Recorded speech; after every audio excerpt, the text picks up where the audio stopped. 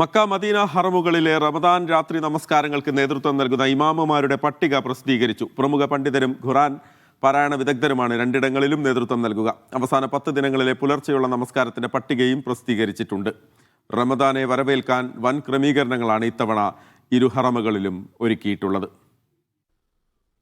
തറാവീഹ്, തഹജ്ജുദ് നമസ്കാരങ്ങൾക്ക് നേതൃത്വം നൽകാൻ മക്കയിലും മദീനയിലും 7 വീതം ഇമാമുമാരുടെ പട്ടികയാണ് പ്രഖ്യാപിച്ചത്.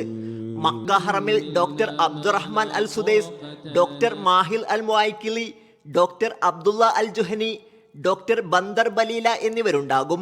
കൂടാതെ doctor Yasser al Dosari, Sheikh Bandar al Turki, doctor Waleed Shamsan എന്നിവരും നേതൃത്വം നൽകും.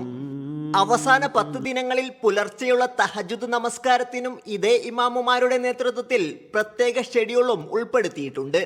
മദീനയിലെ മസ്ജിദുൻ നബവിയിൽ doctor Abdul Mohsin al Qasim, doctor Salah al Budair, doctor Abdullah al Buaijan എന്നിവരും നേതൃത്വം നൽകും.